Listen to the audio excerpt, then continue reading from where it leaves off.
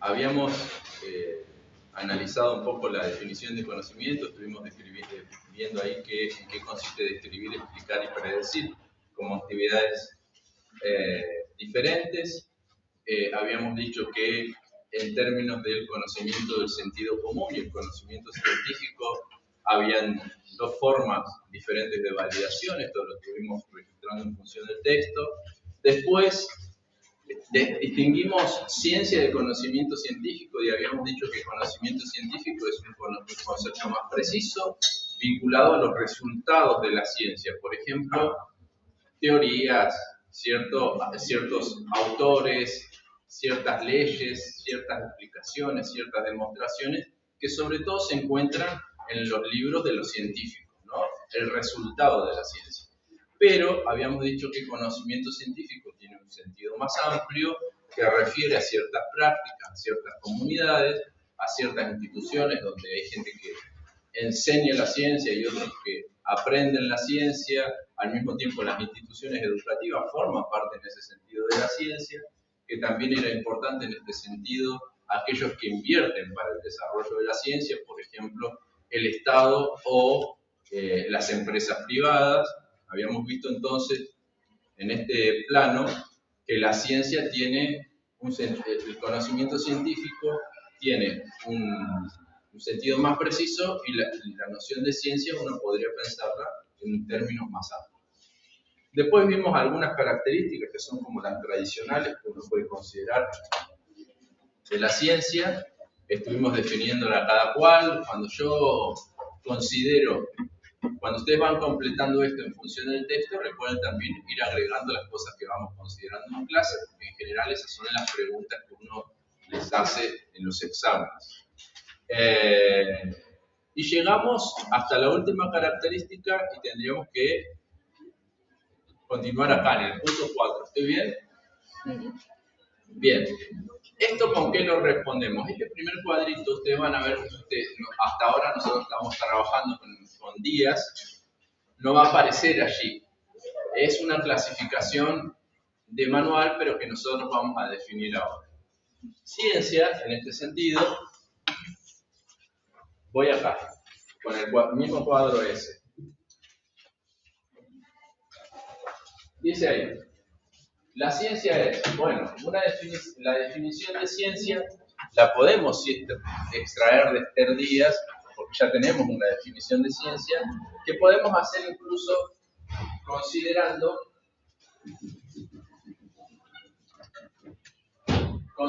las características de la ciencia que en este texto da Díaz. Entonces la ciencia es una actividad, podemos decir nosotros, una actividad racional que tiene la característica de, y ahí ponemos todas las características. Como definición va bien. Otra manera de resolver esta parte, nosotros podemos hacer así, como sintetizando un poco esto de las características, y otra es definir la noción de ciencia más amplia, que es la actividad de teoría que nosotros trabajamos. Puede dividirse en dos grupos. Nosotros podemos dividir en este sentido ciencia en ciencias fácticas y en ciencias formales. ¿Qué sentido tiene esta distinción? Que las ciencias fácticas son las que se ocupan, uno puede decir ciencias fácticas, poner dos puntos ahí o agregarle ahí un apunte. Las ciencias fácticas son fácticas porque se ocupan de objetos de la realidad a los cuales puede accederse mediante los sentidos. Todos aquellos objetos que yo de alguna manera puedo observar, tocar, sentir, ¿no? Etcétera. Por eso son fácticas. Cuando uno lee fáctico, ¿a qué se refiere fáctica? A factum, que en latín es hechos. Son las ciencias que se ocupan de los hechos, ¿cierto? Dentro de las ciencias fácticas, al mismo tiempo hay una subdivisión, por eso aparece ahí un cuadro, ahí va, está el cursor, ¿no? No es una flecha de la guía. Entonces tengo las ciencias fácticas por un lado y por otro lado las ciencias formales.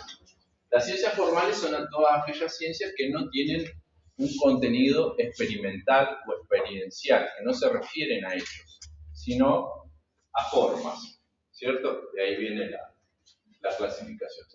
Entonces yo tengo dentro de las ciencias fácticas, para arriba del primer cuadro, se clasifica en naturales,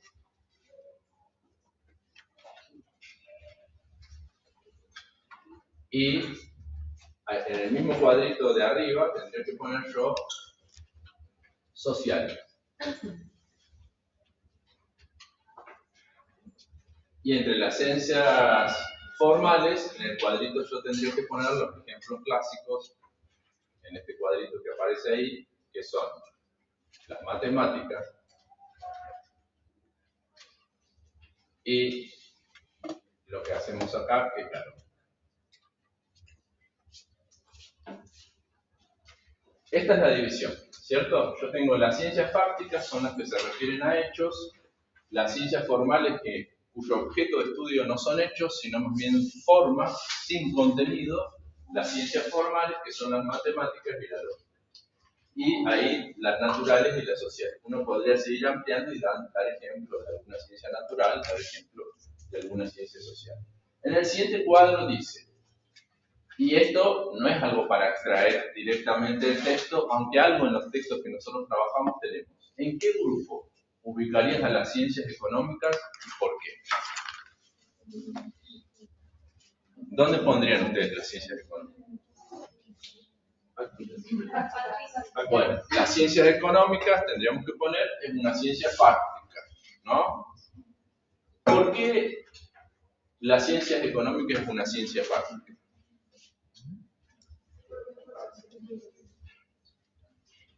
Tiene que ver con lo social. Claro, porque se refiere, ¿sí? Porque su objeto de estudio se refiere al comportamiento de los sujetos en sociedad en relación con un aspecto específico de su comportamiento que uno podría decir el aspecto económico, ¿cierto? Entonces uno tendría que poner ahí, ¿en qué grupo ubicarías a las ciencias económicas? Claro, fácticas, ¿no? Y dentro de las fácticas, en la subdivisión de las sociales. ¿Por qué motivo? Porque es una ciencia que estudia el comportamiento económico de la sociedad. Podría decirlo uno así resumidamente, ¿no? Que estudia las acciones sociales o los fenómenos sociales desde la perspectiva de la economía o desde la perspectiva de su dimensión económica más que de la economía. Así vamos completando ahí este cuadro. Bueno, después remite, esto es como para ¿pudieron completarlo ahí? Sí. Después remite el siguiente cuadro, el siguiente punto de nuestra actividad, a Campaña en Lazzaretti, nuevamente. Yo lo voy a abrir acá para que ustedes se vayan familiarizando ahí con el texto. Es este que tengo acá. Ahí. Este es el texto, porque nosotros vamos a empezar a resolver esta otra parte del trabajo. Entonces vamos ahí, vamos acá, dice, ¿qué significa según Campaña de Lazzaretti que dos o más ciencias puedan compartir un objeto material, pero que aquello que las diferencia es el objeto formal? Esa es la primera pregunta. La siguiente es transcribir la definición de lógica que dan Coppi-Cohen. El texto de Coppi-Cohen, fíjese, lo tengo acá yo, ustedes también lo tienen ahí.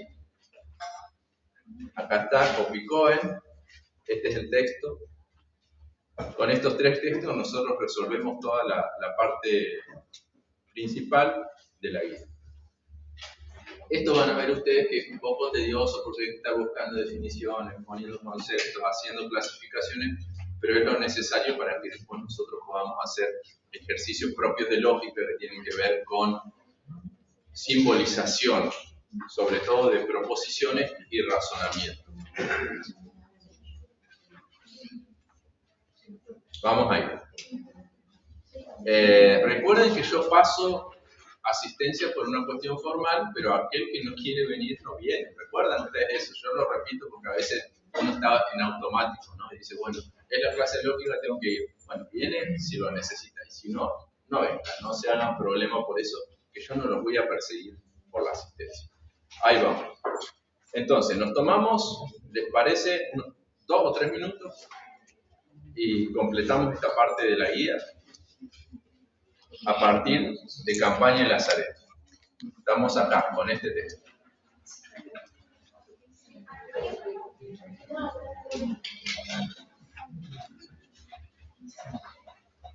Son 2 definiciones, fíjense, nos tomamos 4 minutos y hacemos 6, 7, 8. Porque 7 es una definición, 8 es una definición, también con, no con campaña de con Opicoin, sino con campaña de Lazaretti. Y solo hay que colocar ahí la definición para después estudiarla para la evaluación. Pero en principio, respondan esa pregunta que es clave también por lo que estamos hablando. También un mismo objeto material, pero aquello que las diferencia es el objeto formal.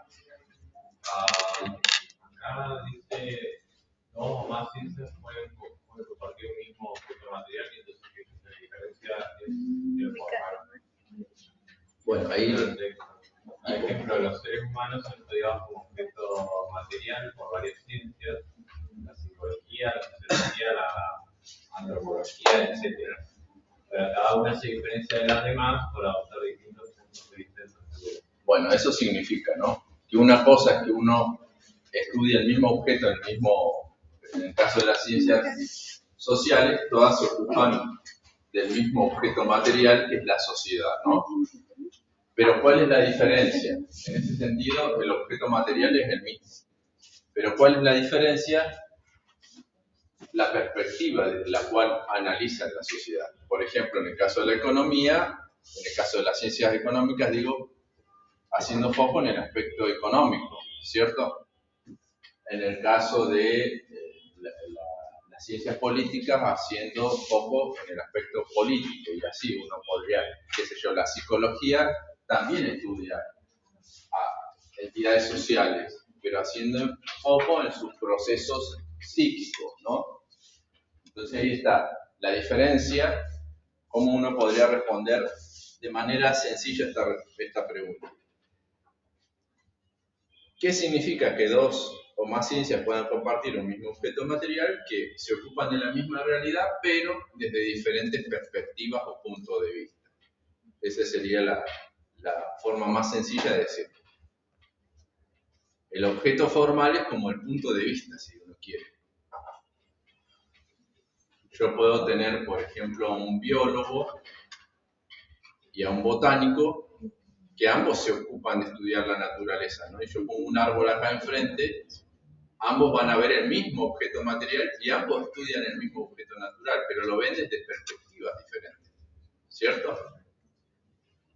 Aunque sea lo mismo.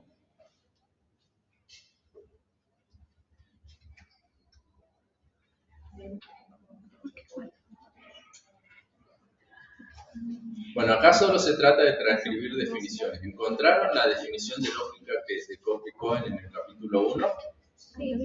A ver, ¿qué dice ahí? Es el estudio de los principios y métodos utilizados para distinguir el razonamiento correcto del incorrecto. Bien, principios y métodos utilizados para distinguir el razonamiento correcto del incorrecto. Entonces, el objeto de estudio de la ciencia, de la lógica, considerados ciencia, serían los razonamientos, ¿cierto? Eso es lo que estudia. Y estudia los razonamientos buscando comprender los principios, o sea, las reglas, y las reglas, las leyes, y los métodos, los modos que uno tiene de determinar si un razonamiento es válido o inválido. Nosotros en esta materia vamos a hacer ejercicios para demostrar, vamos a hacer ejercicios en que nosotros vamos a tener un razonamiento, lo vamos a hacer simbolizar en términos de alguna de las lógicas que estudiemos, y vamos a aplicarle métodos, sobre todo vamos a trabajar con un método que se llama condicional asociado, para determinar que si ese razonamiento es válido o no. Entonces nosotros, además de estudiarla teóricamente, vamos a aplicar a ejercicios prácticos. Trabajemos con varios razonamientos que están incluso contenidos en la guía. Le vamos a aplicar métodos de la lógica para determinar su validez o invalidez. Ya vamos a ver a qué se refiere esto de la validez o invalidez. Pero en principio tenemos la definición. Bueno, después fíjense que acá tienen ustedes transcribir la definición de lógica que dan Campana y Lazzaretti en el capítulo 1. Ten en cuenta que van construyendo una posible definición a través de los distintos fragmentos del capítulo. ¿Alguno pudo hacer ese recorrido o nos tomamos un ratito para eso? Porque la idea acá es que ustedes no lo definan a partir de una página en particular, sino que puedan elaborar a partir de diversos fragmentos del texto una definición. El texto del que hablamos es este.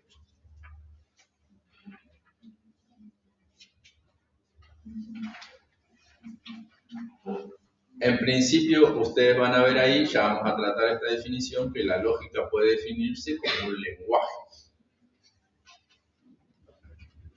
Y que en cuanto al lenguaje, al mismo tiempo, como todo lenguaje, recurre a cierto código. El lenguaje es un conjunto de signos que sumado con un código, uno podría decir que es un lenguaje, ¿no? Lenguaje. Puede decir un conjunto de signos.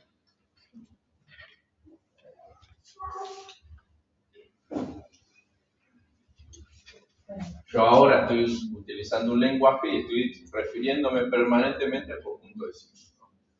Ya vamos a analizarlo más precisamente eso. Pero es un conjunto de signos que sumado con un determinado código. ¿Qué es un código? Es una manera de conjugar esos signos. Nos permite, ¿qué nos permite? Este conjunto de signos que, sumado a un determinado código que me permite asociar esos signos, ¿qué me permite a mí? Eso, la comunicación. Esa es una manera de definir a todo lenguaje. Y por eso vale para la lógica también.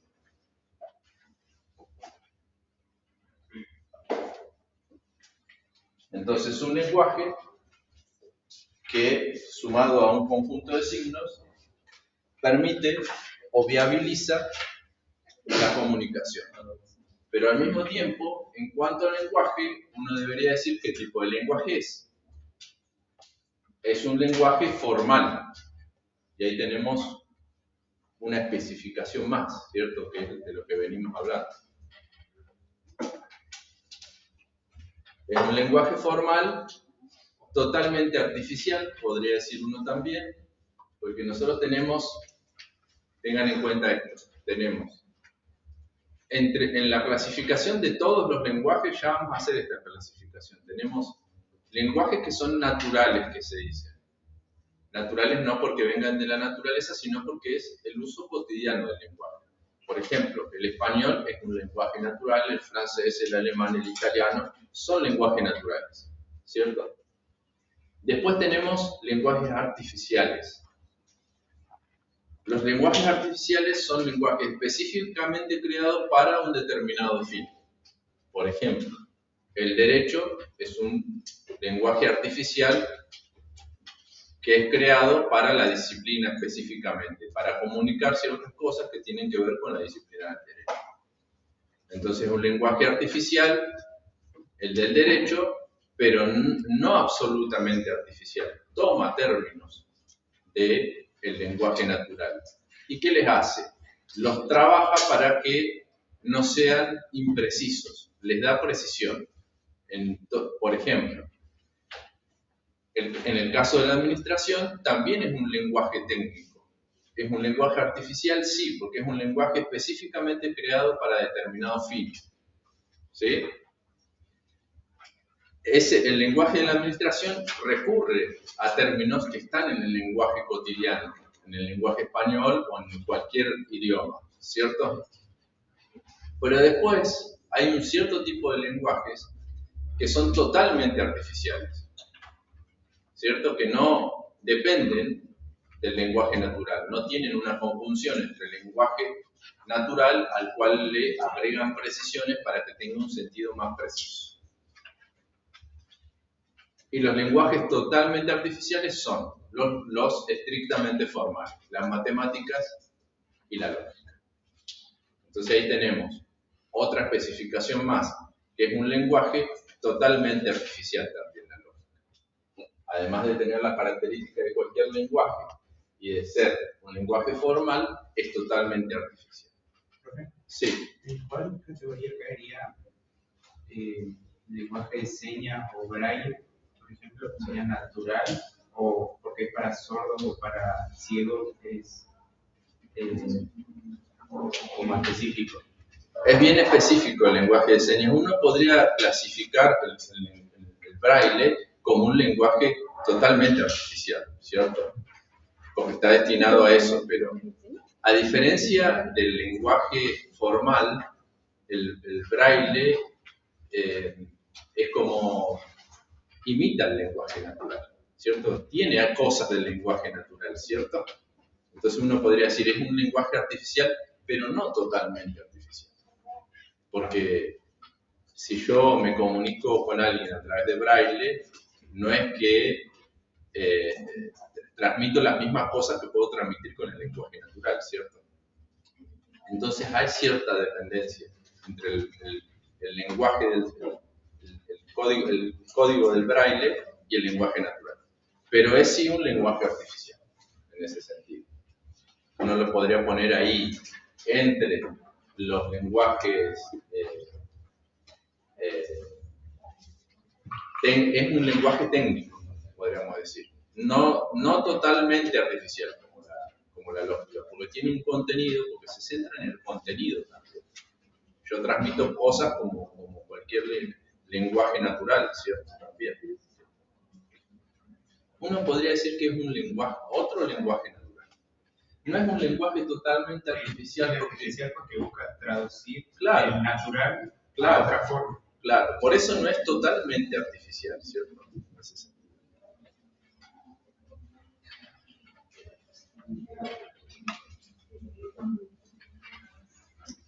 Bueno, pudieron completar ahí la definición. Yo fui elaborando una, no sé cómo lo hicieron ustedes.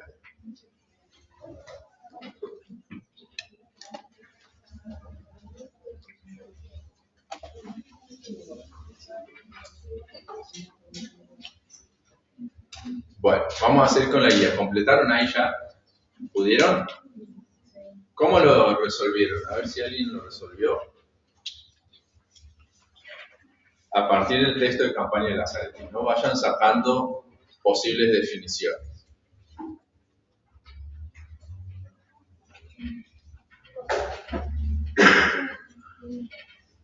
Yo puse la lógica es un lenguaje formal totalmente artificial. Nos referimos a que es un lenguaje ya que es un sistema de signos de la información y transformación que nos permite comunicarnos. Y la lógica como ciencia estudia las estructuras o formas de pensamiento como tipo material y las formas o estructuras de pensamiento como algo. Pero tipo, como objeto formal tiene que ver con analizar el razonamiento que tenemos en relación a la estructura. A la estructura y buscando determinar, ahí no, si uno, si está bien, está muy bien lo que fuiste armando. Y a eso final habría que agregarle que estudia los razonamientos con el objetivo de determinar su validez o su invalidez. Esa es la característica principal de los razonamientos, ya vamos a ver. Bueno, podemos seguir entonces. ¿Alguien puso algo diferente o quiere compartir lo que puso? Por ahí vamos, ¿no? Sobre qué es un lenguaje, qué tipo de lenguaje es, que ese lenguaje forma parte de una disciplina científica, qué tipo de ciencia es, ¿cierto? ¿Cuál es el objeto de estudio de la lógica? Acá nosotros estamos trabajando en función de campaña de Lazaretti también. No dice ahí, ¿no? Pero por ahí tenemos algo respecto de los objetos de estudio. Ahí lo Lo voy a buscar yo. No sé si alguien lo encontró. Entonces, tiene dos funciones, comunicar y estudiar, o se llama dos. Comunicar y estudiar, ¿a qué te refieres? O sea, en el sentido de que es un lenguaje para comunicar. Claro, eso es característica de todo lenguaje, ¿cierto? Que es habilitar la comunicación. Cuando vos decís estudiar, ¿por qué lo decís?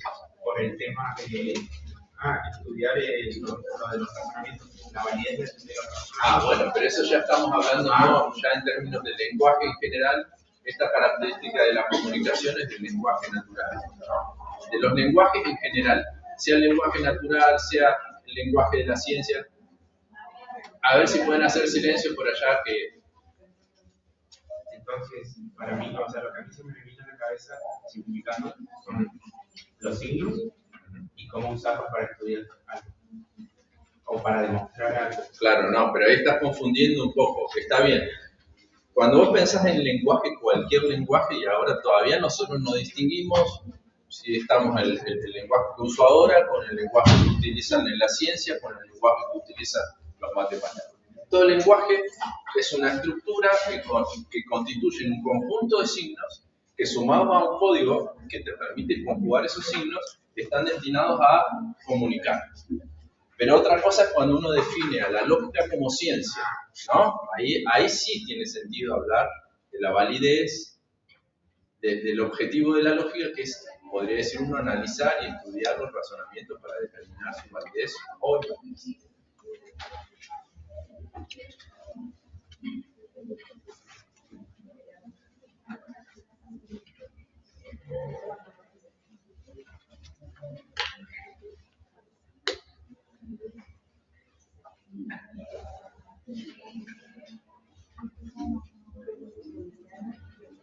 Fíjense acá la definición, dice la ciencia, la lógica en el contexto de la ciencia. Este cuadro lo vamos a hacer nosotros en la guía, así que por ahora no lo vamos a hacer.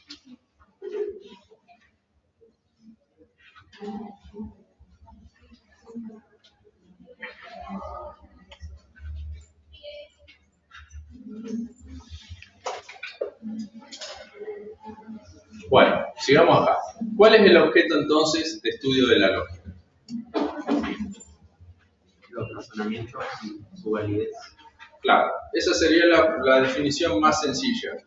El objeto de estudio de la lógica es los razonamientos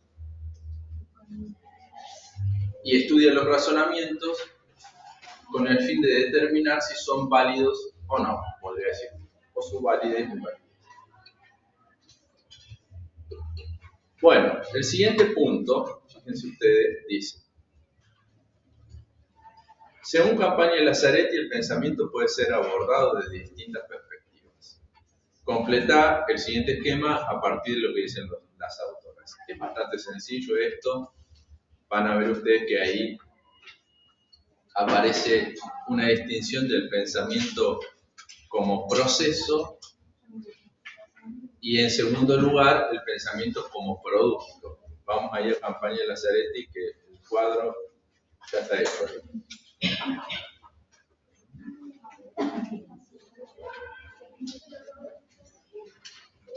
No sé si era Campaña de Lazzaretti.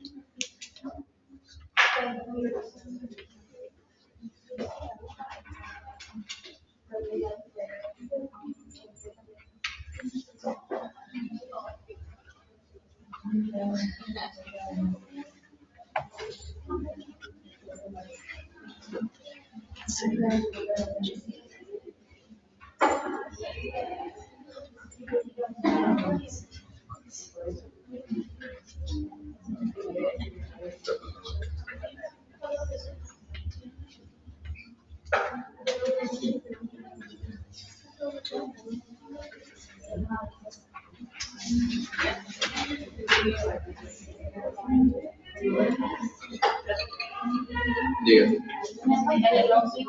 ¿Qué? En el 11. ¿Lo encontraste? Creo que es el 11. Yo acá no veo bien. A ver. Lo que pasa en el programa. Y a 11. En el 11. Donde había leído que la ciencia era. A ver qué voy. ¿Lo encontraron? Pues yo no lo encuentro. En la 31 que... ah,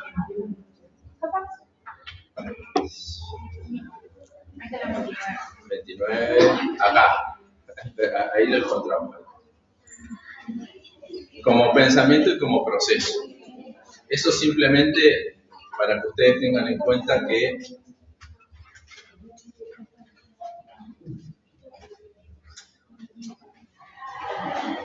el objeto de estudio de la ciencia, el objeto de estudio de la lógica, ¿no? Una forma más amplia de poner la definición, de completar la definición anterior, fíjense acá, que estudia la lógica, los procesos de pensamiento. Eso podrían agregar a ustedes ahí como una especificación de lo que dijimos recién. Sobre todo atendiendo al razonamiento, pero los procesos de pensamiento, podría decir. Las estructuras o formas del pensamiento. Esa sería. ¿Y cuáles son esas estructuras? La estructura más importante en la que está interesada la lógica, el razonamiento. Como proceso, lo estudia ahí, los procesos de pensamiento lo estudian la psicología, aparece ahí la informática, y como resultado, como resultado que estudian el contenido del pensamiento, varias ciencias y las formas del pensamiento, específicamente la lógica.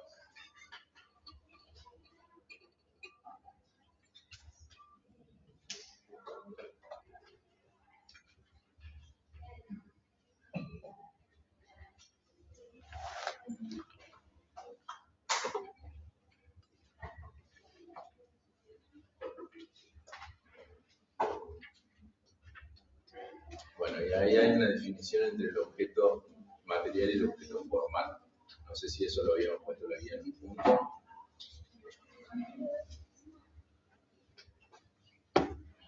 Bueno, este cuadrito que sigue ahí en la guía es a fines explicativos.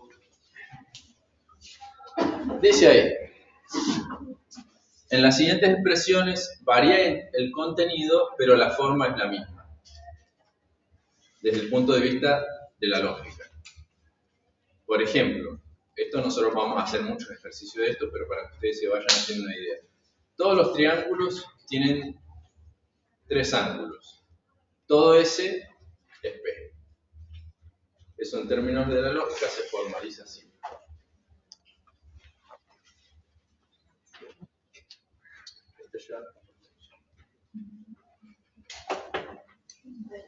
Bueno, ahí está la formalización más común. Todo ese es P. Todos los triángulos tienen 3 ángulos. Yo les quería poner la formalización más de la lógica de predicado, que es la más precisa, pero me quedé sin. A ver si funciona.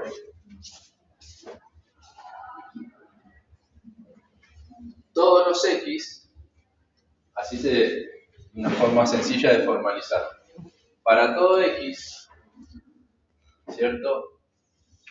Si X, ¿cómo dice? Todos los triángulos son formales. Si X es triángulo, entonces X tiene 3 ángulos. Podemos poner acá 3 ángulos. Después vamos a ver que esto tiene que ser más preciso todavía. Pero con esto decimos lo mismo. Para todo X, para todo objeto variable, que es cualquiera, si ese objeto es un triángulo, entonces ese objeto tiene 3 ángulos. Esta es la manera de formalizarlo en términos de la lógica. Después esto se puede analizar para ver cuál es su valor de verdad, qué sentido tiene. Pero en principio esta es la formalización de ese enunciado. Acá estoy diciendo lo mismo, ¿cierto? Entonces, puede variar el contenido, pero la forma es la misma, porque yo acá podría poner lo que yo quisiera. Si yo sigo, por ejemplo, la forma que aparece ahí, todos los S son P. Si yo quiero formalizar, todos los triángulos tienen 3 ángulos. Esa es una formalización esa es una expresión que se simbolizaría en todos los S son P. Pero si yo digo, todos los días son aburridos, es lo mismo. El contenido varía, pero la forma es la misma. ¿Sí? Y yo puedo analizar eso, tengo que abstraerlo de su contenido. La lógica hace eso. Le quita el contenido y extrae la forma de los enunciados. Lo mismo que de los razonamientos. Cuando nosotros tengamos un razonamiento más complejo, vamos a hacer eso. Extraer la forma y abandonar el contenido. Por eso es una ciencia formal. Nos interesa ese proceso de abstracción. Y acá tenemos, todas las películas son interesantes. Para todo X, acá le faltó un signo, que es el signo este que yo les había puesto acá, que es una al revés, así. Para todo X, faltó ahí. Si ustedes se le quieren agregar, lo agregan y va a quedar bien porque está incompleto. Dice, todas las películas son interesantes.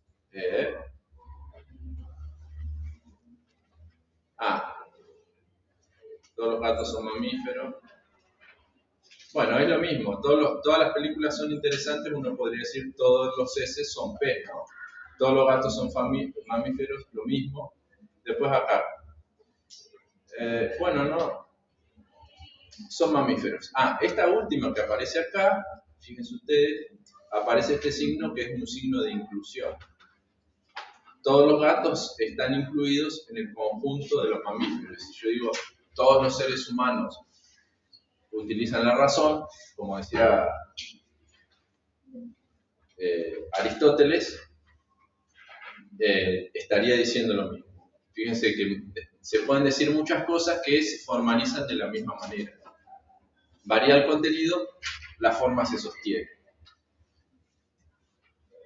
Bueno, después hay un texto acá, fíjense ustedes ahí, dice, el siguiente texto habla sobre la administración como ciencia. Es un fragmento del capítulo Conociendo a la administración, a las organizaciones y a la administración de las organizaciones. Bueno, ahí aparece el autor, Santiago Barco. La referencia del libro dice, te pedimos que leas y que identifiques las características de las ciencias que estudiamos. ¿Cierto que nosotros estudiamos las características de la ciencia? En el texto de Díaz tenemos que identificarlas en el texto. Y después agregarlas acá. Es como un proceso de análisis de un texto concreto sobre administración a partir de lo que trabajamos antes con Díaz. ¿Se entiende, no? Bueno, adelante. Después me dicen que encontraron, tomamos unos minutos. Así ya pasamos al siguiente ítem. A ver qué encuentran.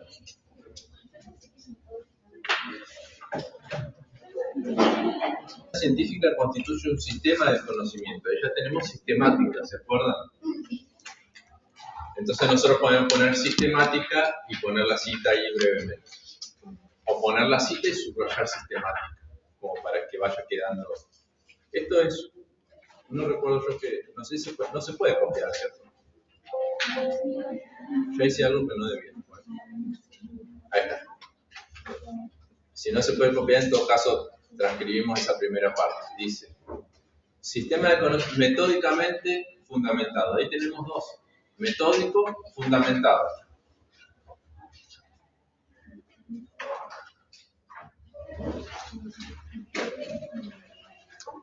Dicha disciplina trata de investigar, explicar, comprender y predecir. Bueno, ahí ya está más claro, no podría estar, ¿no?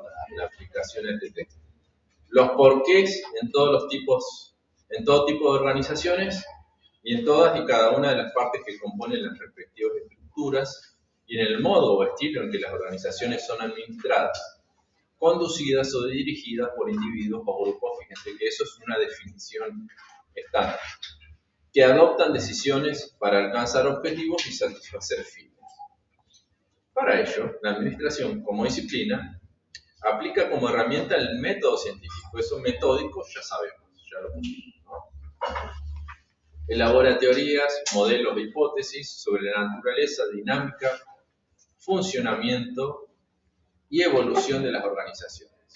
Ahí seguimos. Asimismo, los administradores o quienes hagan sus veces o las veces requieren técnicas aplicables a la conducción de organizaciones. Las técnicas también tienen que ver con los métodos. Yo, para lograr un determinado resultado, que en el caso de la administración de empresas, necesito un método y ese método recurre a técnicas.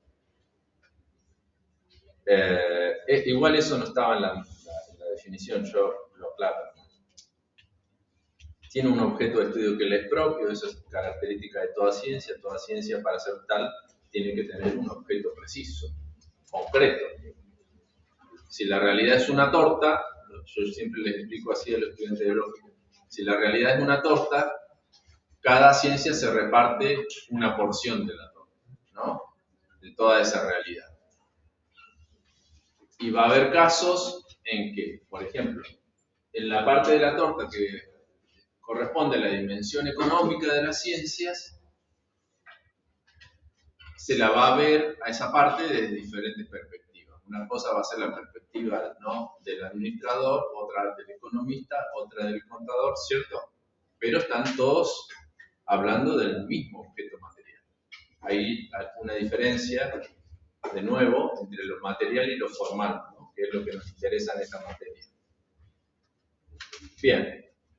Dice después, sigamos ahí, como existen distintos tipos de organizaciones con problemáticas específicas y como dentro de todas ellas y todos los sistemas aparecen áreas, partes o subsistemas, qué sé yo, todo eso no nos sirve por características de la ciencia, pero no está mal recordarlo.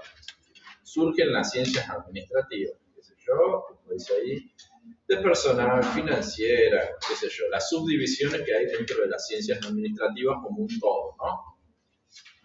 Como disciplinas derivadas pero complementarias en una realidad y en un medio continuamente cambiantes, conformándose en un plexo complejo. ¿Saben lo que es plexo? Es como una red compleja, podría decir, uno es lo mismo. Multifacético, multidireccional integrado, aunque esto último no siempre se dé de manera armónica. Por otra parte, tanto la administración como la ciencia administrativa reciben aportes de otros campos del saber y tecnológicos. Nosotros, no sé si esto nosotros lo habíamos puesto en alguno de los ítems que trabajamos antes, porque yo además, como no la voy completando, la relación con otras disciplinas de conocimiento. ¿Alguien tiene la lista de características de la ciencia que me la lea?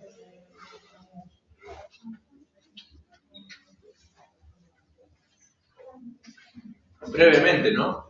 La lista que hicimos, que armamos. La ciencia era, ¿lo tenés ahí? Gracias. Descriptivo, algo de eso ya pusimos. Metódico y sistemático, unificado. Unificado, algo de lo que nosotros vimos acá se refiere a ese carácter unificado, ¿no? Es un plexo, una red de conocimientos unificado, es algo que aparece ahí, ¿no? La idea de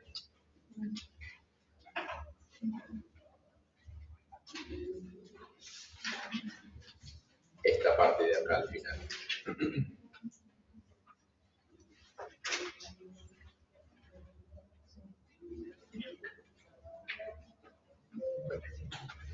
Acá dice que del conjunto este mayor de las ciencias administrativas sujetó subconjuntos, disciplinas derivadas pero complementarias en una realidad y en un medio continuamente cambiante. Bueno, la complementariedad se refiere a este carácter unificado, ¿no? No son prácticas aisladas, sino que están unificadas en el mismo saber.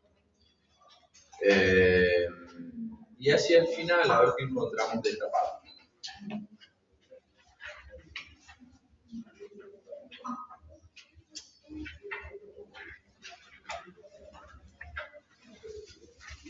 aporte a otro campo del saber, eso lo pasamos.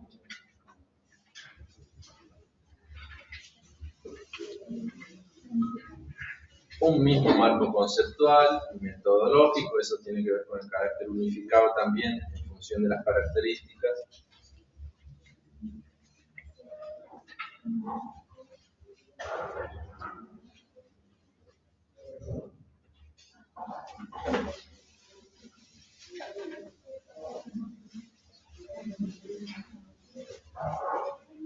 Bueno, como característica final, recuerden que nosotros habíamos considerado en una de esas características provisoria y aparece en el último párrafo.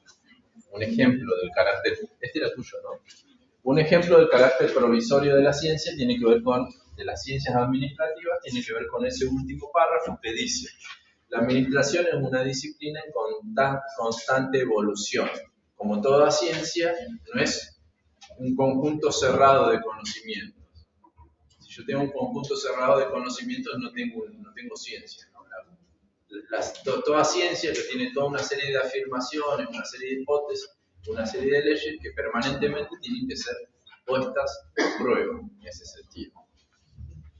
Bien, ahí tenemos un poco las características identificadas, principales que aparecen: este carácter provisorio, este carácter metódico, este carácter unificado, el carácter sistemático, ¿cierto? Todo eso aparece acá, como para que nosotros veamos a través de un análisis, un texto concreto de un teórico de la administración, que a la hora de definir la administración pone todas las características que nosotros estudiamos como propias de todo conocimiento científico. Vamos al siguiente punto, así avanzamos un poco. Siguiendo en campaña en Lazzaretti, vayan ahí. Completa el siguiente esquema que explica qué es el lenguaje. Algo ya dijimos de eso. ¿Qué es lenguaje? Todo conjunto de signos que, combinado con un código, bueno, así lo van a encontrar, tal y como lo estuvimos trabajando acá, permite, habilita o viabiliza la comunicación.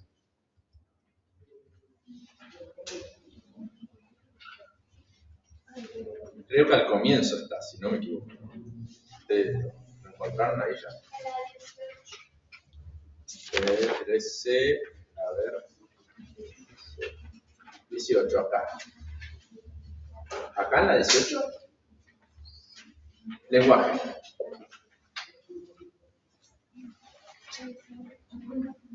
Me parece que está un poco antes. Entonces, una definición del lenguaje es todo Acá conjunto está. de signos. A ver, no. Pensé que lo había encontrado, pero. Entonces, acá, la definición, ahí está. Todo conjunto de signos que junto con un código para combinarlos sirve para la comunicación.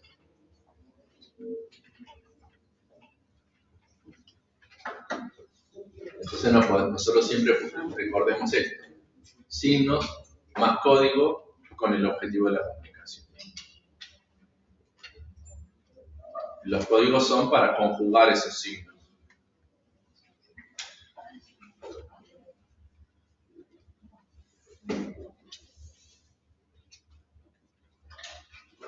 Y ahí vamos. Ahí está la definición, ¿no? Esa es la definición clara. Decimos que la lógica es un lenguaje ¿por qué la lógica es un lenguaje entonces?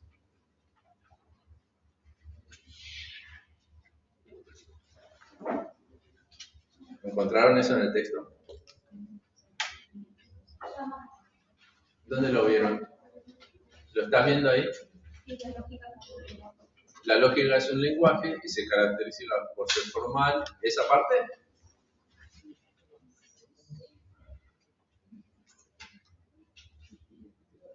Pero yo me refiero a la respuesta a la pregunta ¿por qué la lógica es un lenguaje?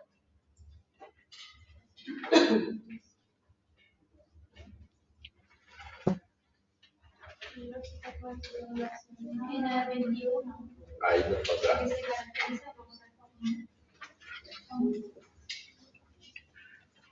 Sí, una caracterización de la lógica. La lógica es un lenguaje porque tiene la característica de todo lenguaje, refiere a un código ¿cierto? Para asociar los términos. Por ejemplo, si nosotros en lógica decimos parte de lo que son los códigos de la lógica, ¿no? Si nosotros decimos, ponemos este signo, estamos diciendo i. Si tenemos este signo, estamos diciendo o, ¿cierto? Un código para relacionar los signos. Yo puedo decir P y Q, ¿cierto? Es una abstracción de la lógica. Estoy diciendo, por ejemplo, llueve y hace calor. O estoy diciendo, es viernes, hoy es viernes y hace calor, ¿no? Estoy usando determinados símbolos que me permiten, a través de un código, determinar el sentido de esa afirmación. ¿Por qué? Porque si yo digo que llueve y hace calor, ¿cuándo va a ser? Y digo, llueve. Que llueve es verdadero. Y que hace calor es verdadero. Esta afirmación, ¿será verdadera o falsa? Llueve y hace calor. Será verdadera. Pero ¿qué pasa si la otra se mantiene en verdadero, pero no es cierto que llueve? Esta afirmación, ¿será verdadera o falsa?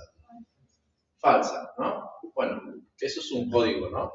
Ahí estamos utilizando un código para conjugar los signos de la lógica. Adelante.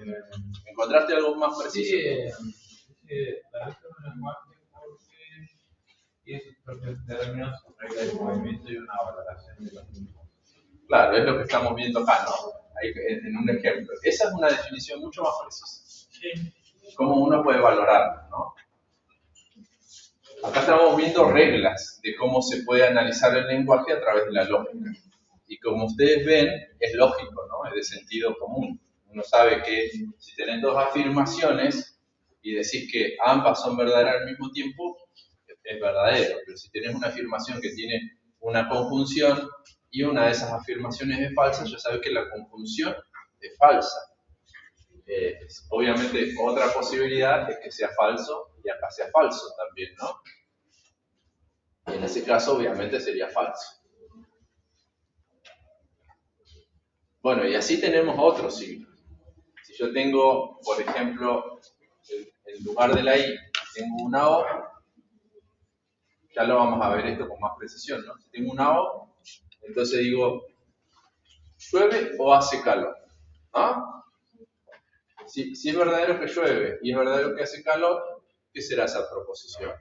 Esa afirmación, llueve o hace calor. ¿Ah?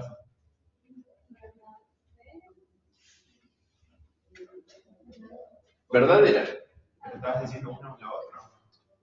Pero no estoy diciendo excluyentemente, digo, llueve o hace calor. Yo podría usar, está bien eso, porque yo podría usarlo en términos excluyentes.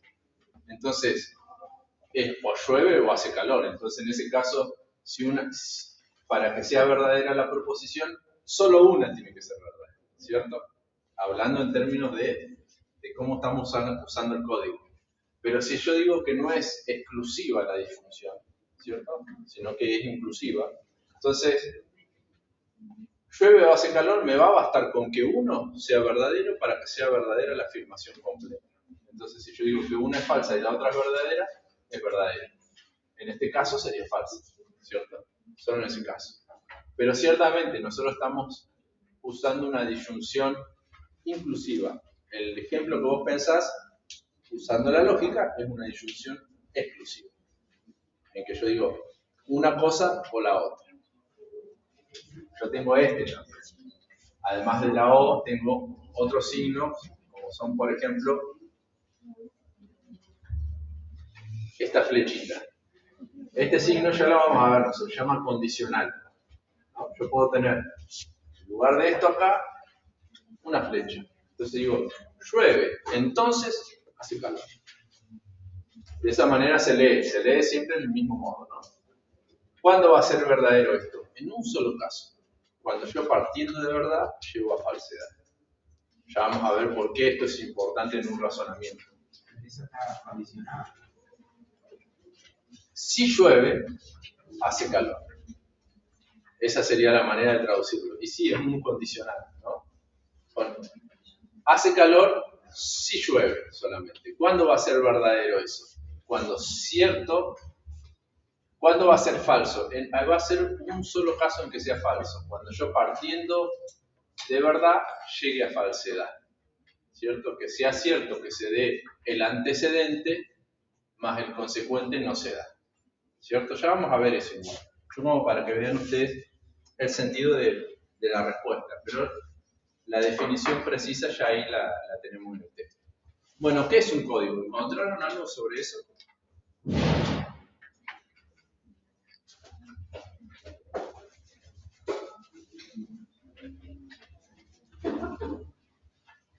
¿Qué es un código?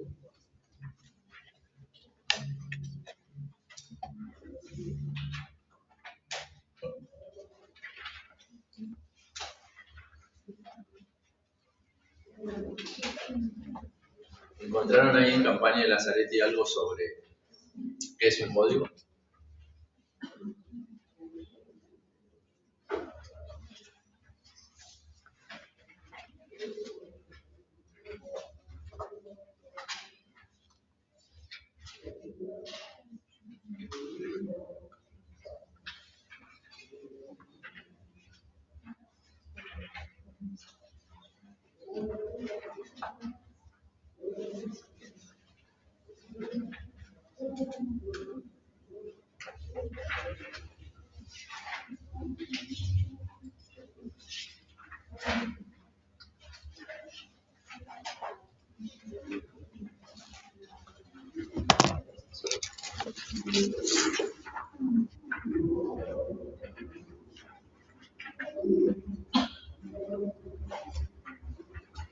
Un código son reglas que me permiten asociar los signos.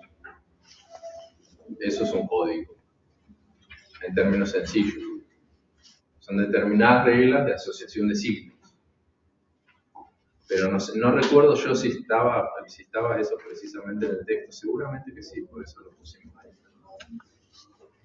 Si encuentran ustedes esa parte específicamente de los códigos.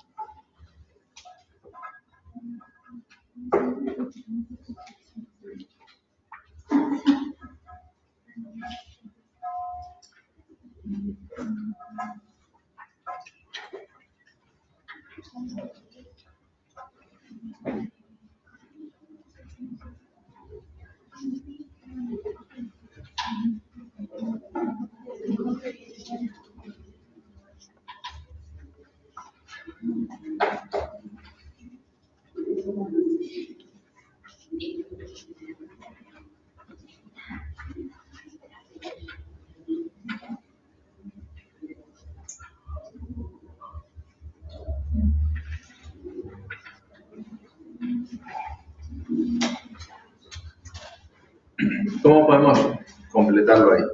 Entonces, ¿qué es un código y ejemplo de código?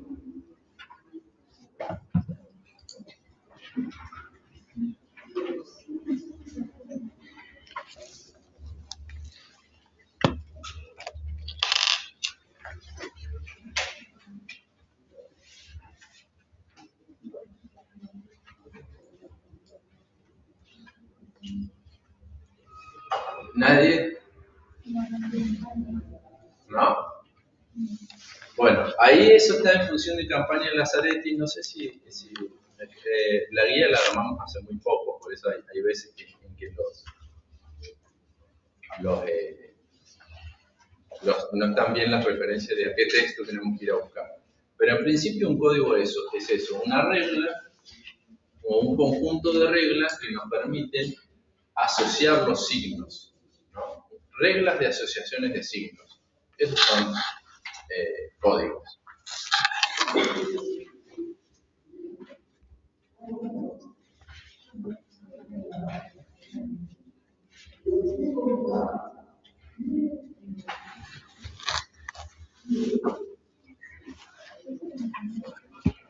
Busquen ejemplos de códigos. Usen un buscador.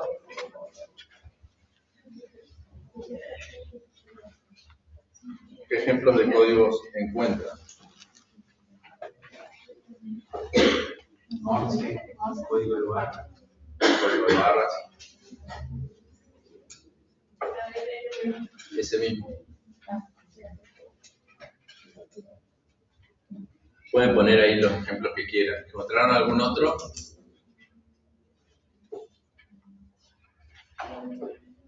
En el caso del código Morse, son reglas porque yo sé que si hago 2 golpes significa algo, si hago 3 golpes y un golpe significa otra cosa, ¿cierto? Es un código, ¿no? Una manera de descifrar esos sonidos. Bueno, explica, dice ahí, la relación entre lenguaje y ciencia. En la campaña de Nazaret hay mucho sobre eso, porque está hablando todo el tiempo de eso. Seguramente encontramos algo bien preciso ahí. El lenguaje como sistema de signos, eso ya lo vimos. La lógica como lenguaje.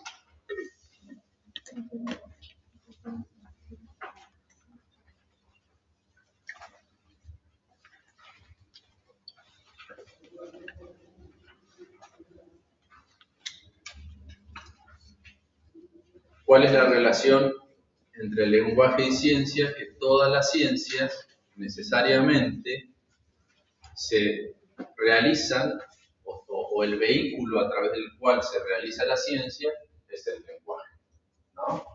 Si yo tengo hipótesis científicas, tengo explicaciones científicas, tengo teorías,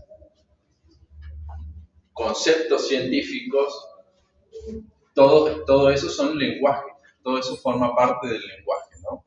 Entonces, ¿cuál es la relación entre entre lenguaje y ciencia, como aparece ahí? Es que la ciencia se viabiliza a través del lenguaje. No es posible hablar de ciencia si uno no comprende su lenguaje, ¿no?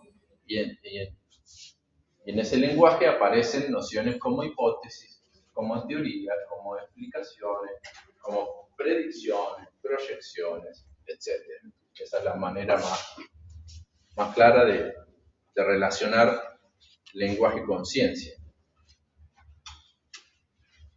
Si decimos nosotros que las ciencias son lenguajes, probablemente tengan, creo que en Copy Cohen al comienzo, no sé si era Copy Cohen o en otro texto. Campaña Nazaret.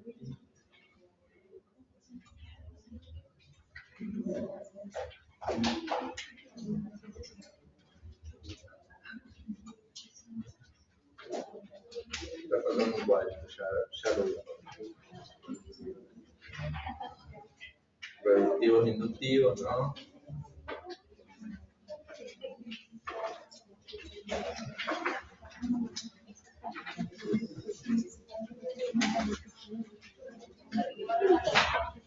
Ahí está. Esto es lo que nosotros habíamos trabajado antes. Creo que el cuadro este está.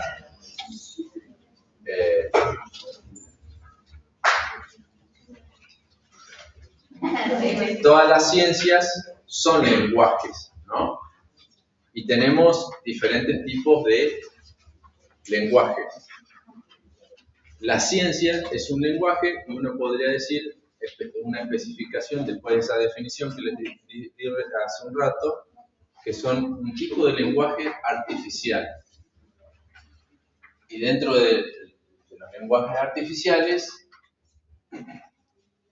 tenemos ciencias que son lenguajes parcialmente artificiales, como los lenguajes técnicos, como por ejemplo el lenguaje del derecho, el lenguaje de la administración, el lenguaje de la contabilidad, el lenguaje de la economía, el lenguaje de la psicología, el lenguaje de la sociología, y así uno podría seguir, ¿no? Totalmente, parcialmente artificiales, porque utilizan nociones o expresiones que vienen del lenguaje natural, pero le dan un sentido más preciso, ¿no? Precisan el lenguaje natural. ¿Por qué? Porque su objetivo es una comunicación más concreta que el objetivo propio del lenguaje natural, que tiene una función un objetivo mucho menos preciso. La ciencia es un lenguaje que puede ser parcialmente artificial o que puede ser totalmente artificial, y ahí entra el caso de la matemática y la lógica. Seguimos en la guía, ¿sí? Dice, bueno, acá hay, esa es la clasificación que estamos viendo. ¿Vieron este cuadrito que está ahí? Con ese hay que completar esta parte de la guía. Los lenguajes naturales, ¿qué son? Ahí la definición del lenguaje natural. Son los lenguajes que utilizamos, les digo yo mi definición, en el texto más o menos así va a aparecer. Los lenguajes que se transmiten a través de la tradición, ¿cierto? Por ejemplo, entre lenguajes naturales uno puede mencionar el francés, el italiano, el español, cualquiera. Quien lo usan los hablantes de las diferentes lenguas, ¿no? ¿Qué características tienen? Bueno, dos características del lenguaje natural que tienen que ver con su riqueza. Háganlo con el texto, yo les voy dando una introducción. Es la ambigüedad y la vaguedad. Los lenguajes naturales están dotados por estas imprecisiones, que no son un problema para cuando uno se comunica, pero que sí son un problema para la ciencia, que requiere una comunicación más precisa, más exacta. Los lenguajes artificiales, entonces, habíamos dicho, tenemos la clasificación entre lenguajes técnicos y lenguajes formales. Quienes lo usan en general, los y las científicas. ¿Y qué características tienen? Bueno, que tienen precisión, no tienen estas características imprecisas del lenguaje natural. Pero bueno, esa parte la completan con esta parte.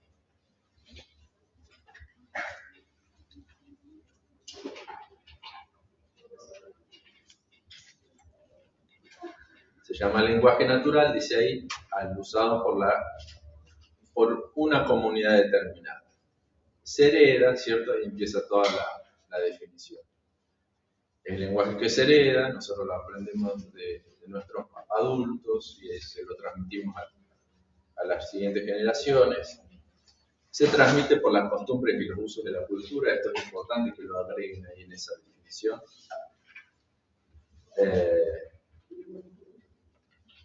Es una construcción, ahí dice, aunque en sentido estricto es una construcción, las innovaciones y modificaciones que se producen son lentas, ¿no? Y casi imperceptibles para los hablantes. Todo el tiempo el lenguaje cotidiano o el lenguaje natural, los lenguajes naturales se están transformando. Pero como es algo del uso cotidiano, esas transformaciones no son abruptas, son lentas. Y bueno, y ahí está. En función de esto, ustedes completen ahí. ¿Lo completaron ya? ¿Alguno lo completó? ¿Lo podemos ver? A ver, ¿qué pusieron? Bueno, el lenguaje natural es exactamente lo que dijimos. Ah, bueno. Y lo del texto. El lenguaje artificial son los lenguajes utilizados para un fin determinado. Ahí está. Lo usan los fines científicas y en características solo leí que tienen precisión. No sé si Precisos, sí. Con poner eso estaría bien. Tienen precisión. el texto dice exactitud. Exactitud uno puede ponerlo más para el lado de los lenguajes formales. Pero sí, los lenguajes formales como lenguajes artificiales uno podría poner exactitud, precisión y exactitud. Ambas cosas. Recordando que precisión se refiere más a los lenguajes técnicos y exactitud es algo más propio de los lenguajes formales.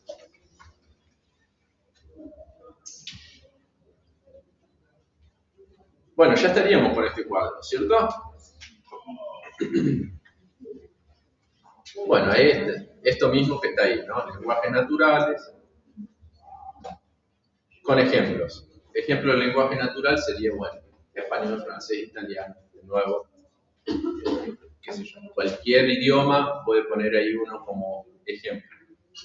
Cuando nosotros decimos lenguajes naturales, no quiere decir que sean como de la naturaleza, ¿no? El término es una expresión técnica de la lógica, el hablar de lenguajes naturales. Es lo mismo que decir lenguajes cotidianos, podría decir uno. Los lenguajes que utiliza toda la gente, independientemente de su pertenencia a un grupo. Un contador, un abogado, un biólogo utilizan el lenguaje natural, por eso se dice natural, ¿no? Porque forma parte de lo que todos usamos. Ahí para los ejemplos. De los artificiales y los técnicos, ¿qué podríamos poner ahí? Derecho, administración, contabilidad, economía, y así seguir, ¿no? Dentro del lenguaje técnico. Sociología, por ejemplo, se habla de grupos sociales, se habla de conflicto, se habla de trabajo, son todos conceptos técnicos. De la administración, ¿qué conceptos técnicos me mencionan ustedes?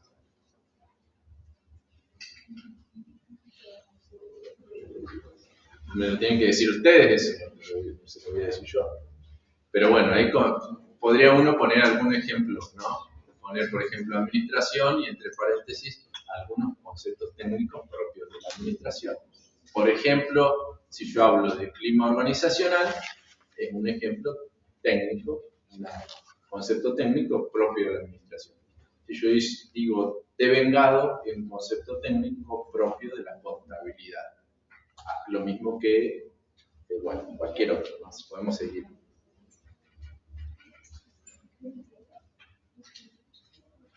Y entre los formales, bueno, ahí lo de siempre. La lógica y las matemáticas, uno puede poner entre paréntesis 1, 2, 3, 4, así. Poner, qué sé yo, operaciones algorítmicas. Y la lógica que tiene estos signos, ¿no? La conjunción, la disyunción, la negación. Bueno. ¿Qué tipo de lenguaje dice el punto 19? Ahí ya lo completamos, ¿no? Fueron completando, me imagino.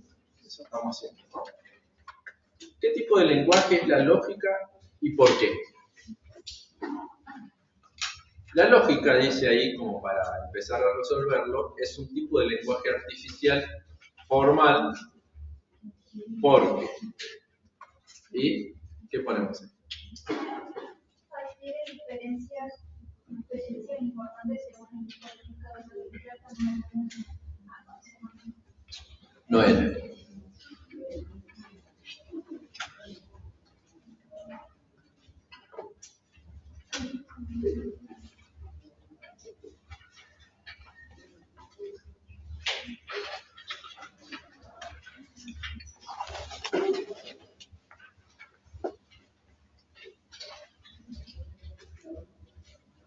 ¿Por qué la lógica? ¿Nadie encontró? Acá estamos trabajando por campaña de las áreas.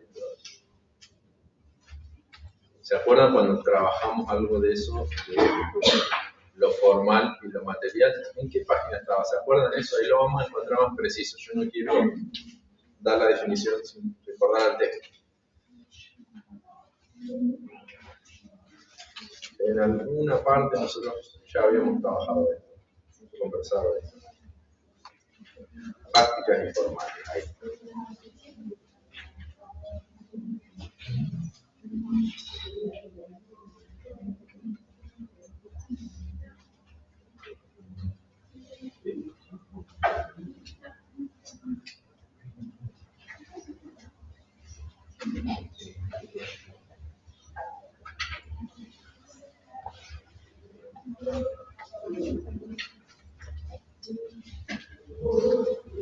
Bueno, vamos a resolverlo mientras ustedes busquen.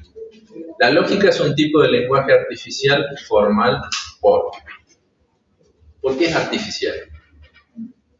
Porque no es un lenguaje natural, ¿no? En ese sentido. Es artificial porque está construido artificialmente para un determinado fin específico.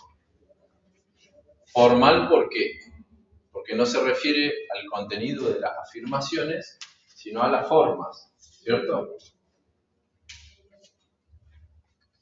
Eso se deriva de la clasificación anterior. Entonces, artificial, porque no es un lenguaje natural.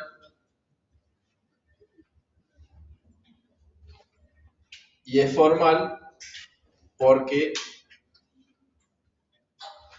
su objeto de estudio son las formas del pensamiento, ¿no? Y específicamente, o la más importante de todas, el razonamiento.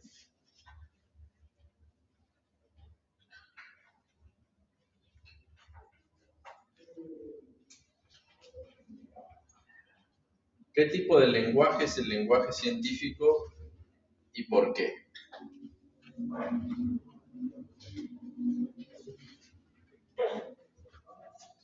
¿Encontraron algo ahí?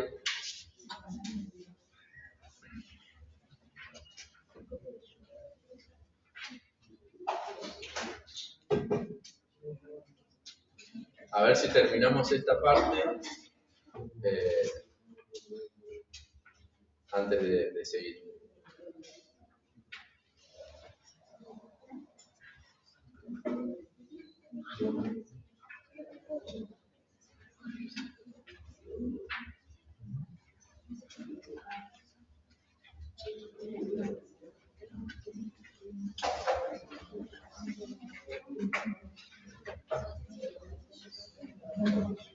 De lo que venimos diciendo entonces se desprende que la lógica, el lenguaje científico, ¿qué tipo de lenguaje es? Artificial. Es un tipo de lenguaje artificial. ¿Por qué?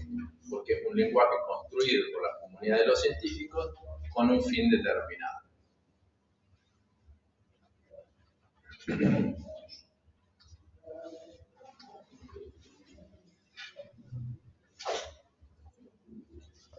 Bueno, acá ya este punto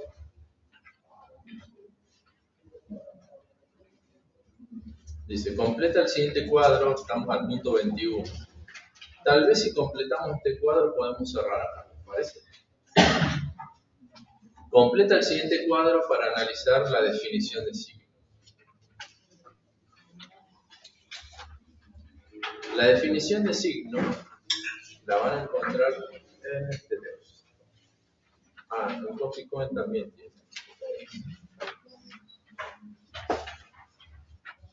Proposición, no, está en campaña de la salud al comienzo. En la 15. Sí, ahí va. De campaña de la Zarete, ¿cierto? Sí. La definición de signo, vamos a ver. Ahí está.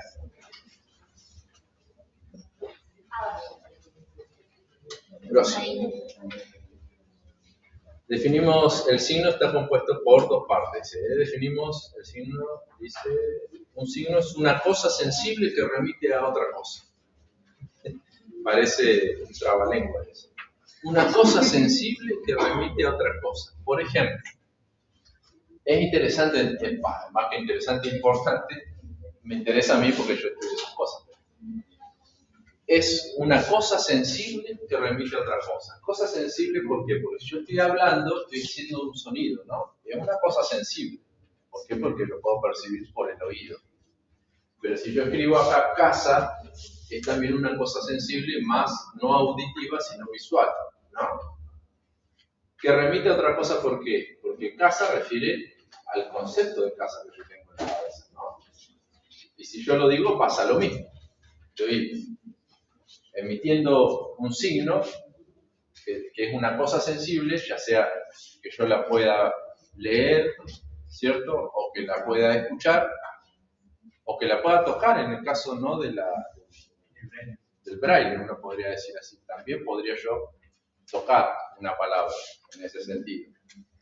Que siempre remite a otra cosa. ¿Y a qué remite? ¿A qué remiten los signos del lenguaje en general? Al significado de los signos, ¿no? A su concepto. ¿Y eso dónde está? En la cabeza de las personas, ¿no? No es que el concepto está en un mundo donde viven los conceptos.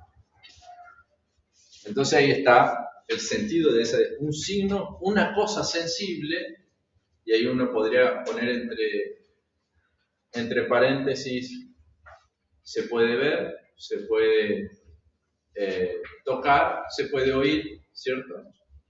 Que remite a otra cosa, el significado del signo. Entonces, voy a la guía. Una cosa sensible, un signo es una cosa sensible que remite a otra cosa, que puede ser de 3 tipos. Y ahí empieza la clasificación de signos.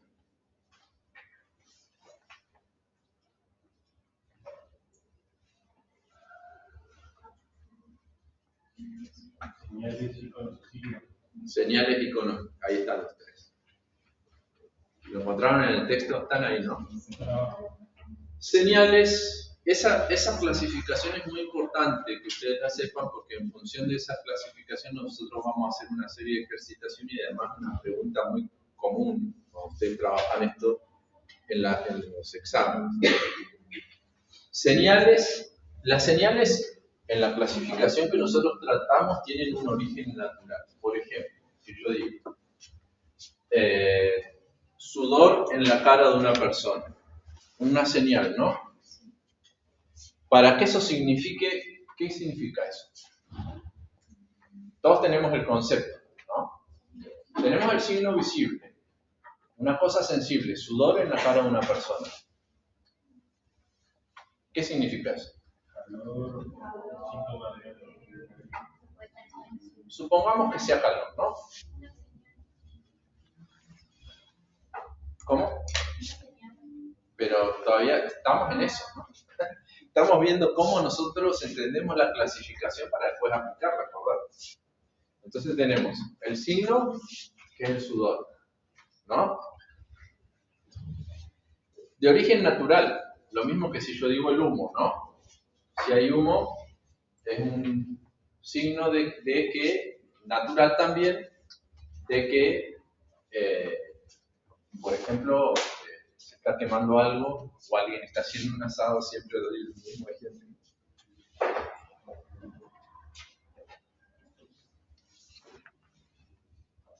Entonces, esas son señales, ¿no? ¿Cómo yo las reconozco? Pues me tengo que preguntar cuál es su origen, ¿no? Si yo digo, escucho un gran estruendo, y eso puede ser que hubo un choque, por ejemplo, ¿no? Ahí también tengo otra señal. Adelante. Sería lo que dice, los índices son aquellos fenómenos que remiten a algo, pero no tienen como fin la comunicación. Claro, ¿por qué las señales no tienen como fin la comunicación? Porque el humo no es que se creó para, excepto que yo haga señales de humo.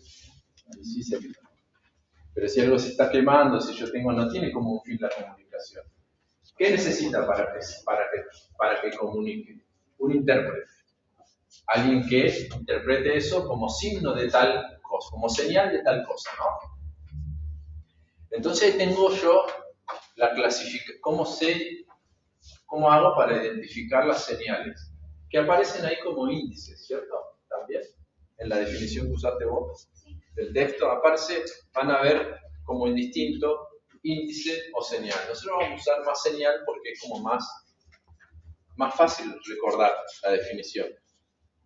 Después tenemos los iconos, que como yo sé cuando estoy ante un icono, porque los iconos tienen similitud, el signo sensible tiene similitud con aquello a lo que refiere, con el significado. Entonces, si yo por ejemplo tengo acá, en el caso acá de la computadora, acá, esto es un icono, ¿no? Cuando aparece la batería, ustedes tienen ahí también. ¿Cómo yo sé que esto es un icono? Porque se parece al objeto real, ¿no? Entonces ahí es que yo tengo que tener la clasificación para poder identificar ante qué signo estoy. Si yo tengo el emoji de la cara feliz, sé que eso es un icono. ¿Por qué? Porque se parece a aquello a lo que refiere. Alguien que está contento, ¿no? La mayoría de los emojis tienen este sentido. Son iconos, todos esos. Guardan una relación con aquello a lo que refieren. ¿Qué tipo de relación? De semejanza. Entonces yo ahí ya tengo cómo identificar íconos. Siempre digo, ¿será un ícono? ¿Qué tengo que preguntarme? ¿Qué parecido hay entre el signo sensible y aquello a lo que refiere?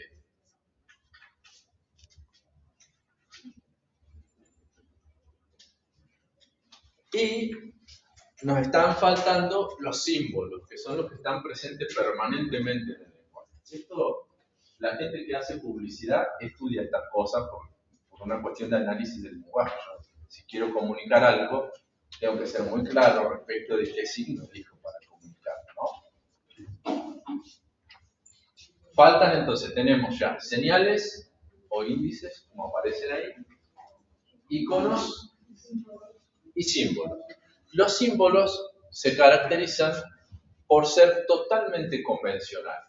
La palabra clave es convención.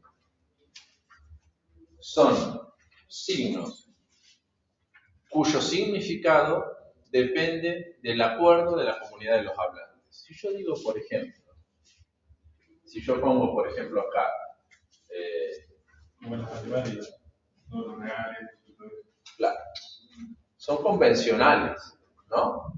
Si yo pongo, pero hay variedad de símbolos, porque los de la matemática también habría que decir los de la lógica, esto que estuvimos viendo nosotros acá, son símbolos, ¿no? Por convención significan tal cosa.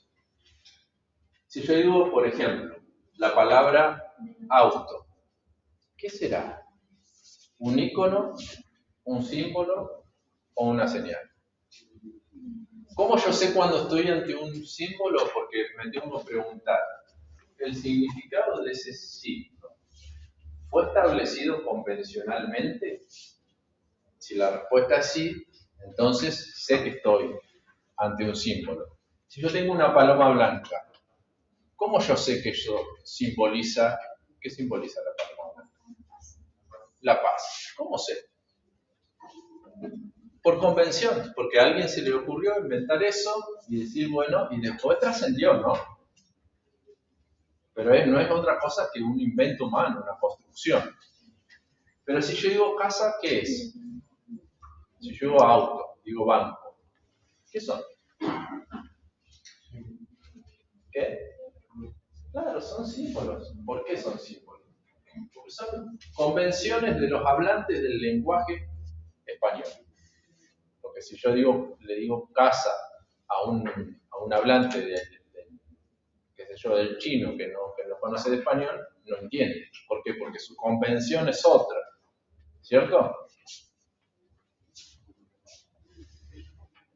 En función de esta grilla es que nosotros vamos a empezar a clasificar signos. Pero cuando uno se encuentra, cuando alguien te pregunta, bueno, tal cosa, es un símbolo,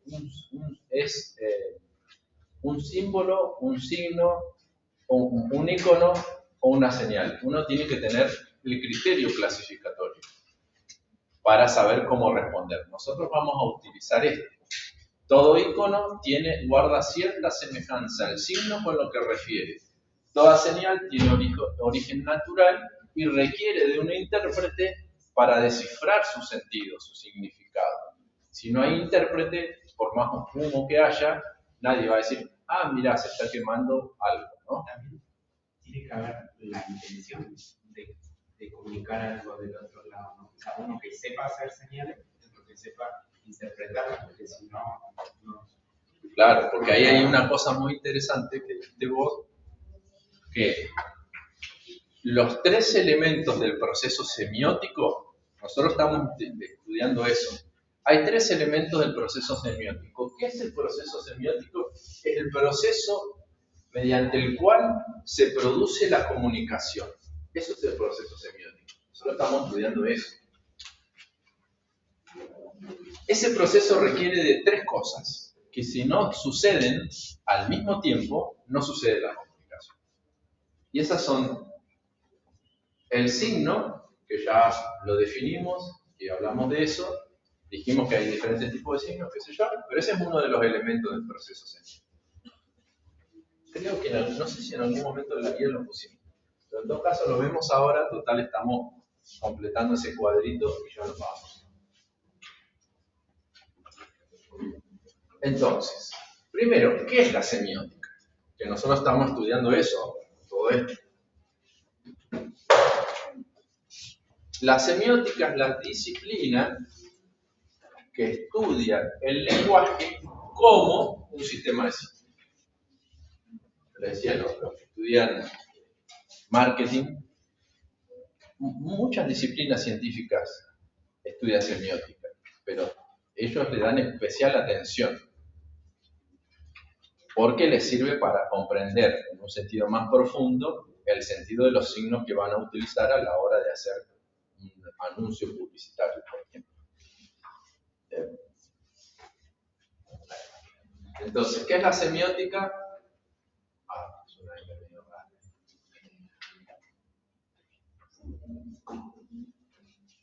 El estudio de los signos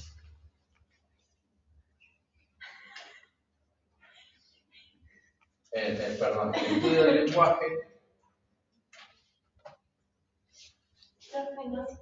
no se ve nada. No se ve nada. Y es que esto es todo lo que tengo. Si alguien tiene uno que se vea, me lo presta.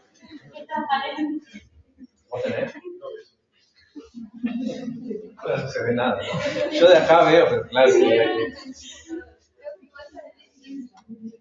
Bueno, estamos haciendo un ejercicio. Bueno, lo dejemos ahí.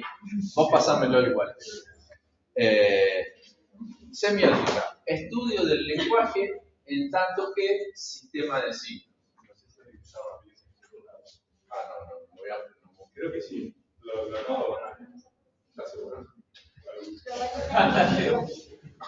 Sí es. Bueno, vamos, la definición de semiótica, entonces, la tienen ahí. Mirá. Bueno, ya, qué sé yo. No importa.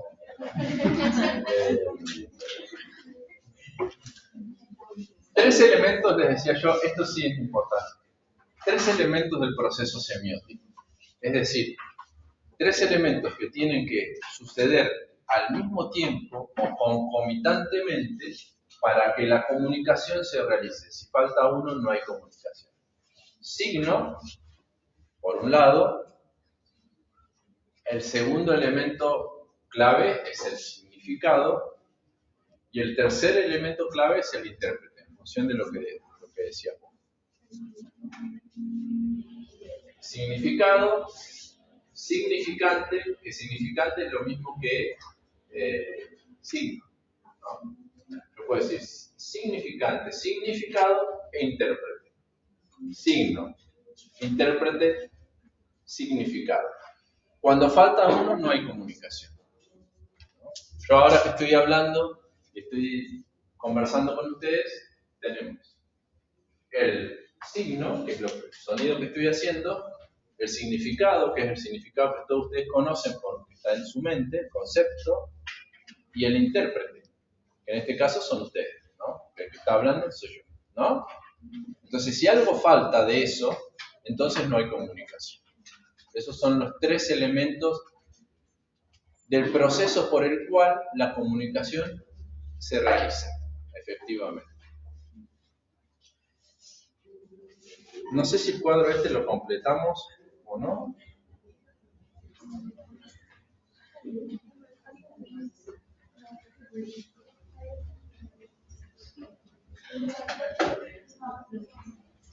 Dice, a ver. Acá faltó algo, me parece. Sí, faltó algo en este cuadro, ¿no? Porque acá habría que decir signo es un... ¿No? Faltó algo ahí. ¿Lo notaron? Igual después yo tengo que editar esta guía como para que quede mejor. Pero ahí falta que nos estamos refiriendo a signo, aunque arriba está, faltaría ponerlo ahí arriba para que quede más claro. Y acá sería, el intérprete es quien interpreta el signo y se llama... Es quien interpreta el signo. Quien interpreta el signo y se llama intérprete. Algo que está en lugar de otra cosa para alguien. Bueno, esto lo estamos nosotros tratando con Campaña de Lazaret, ¿cierto? Ya me olvido porque en los textos incluso hay muchas repeticiones.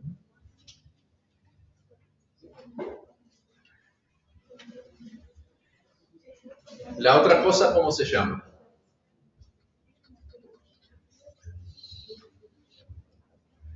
Algo que está en lugar de otra cosa. Esa otra cosa, ¿cómo se llama?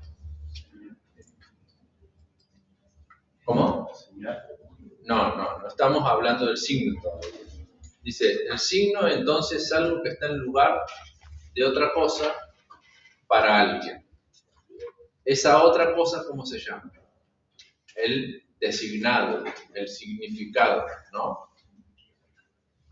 A lo que se le viene a la mente cuando piensa en eso. El concepto, claro.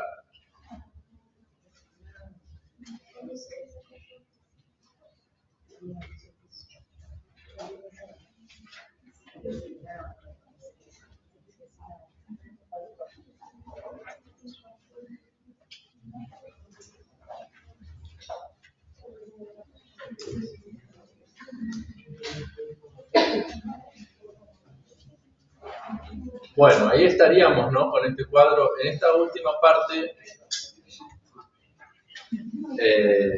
esto significa que, dice ahí,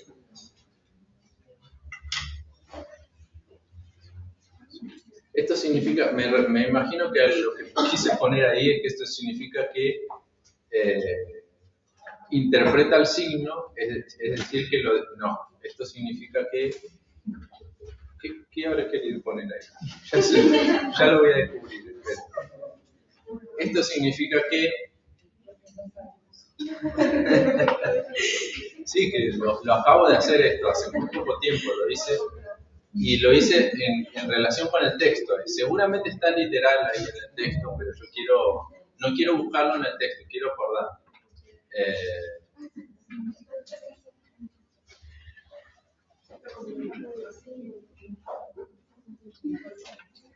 Interpreta y define, sería yo ahí.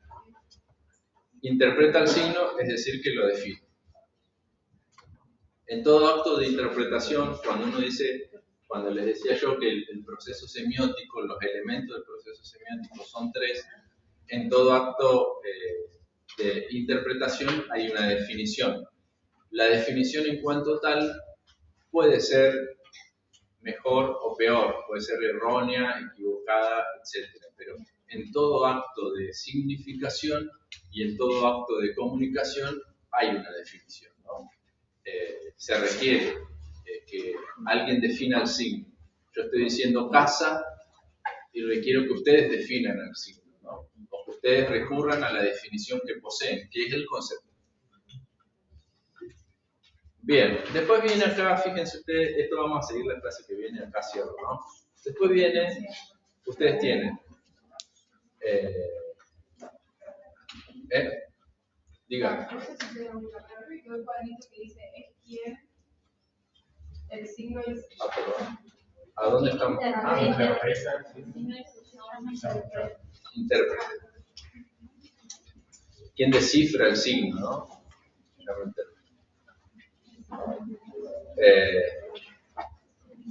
Bueno, acá con esto vamos a seguir la clase que viene, les digo cómo va, es bastante sencillo, pero ahí lo hacemos. Nos vemos. Todos completaron la asistencia, ¿cierto? Igual no sé para qué.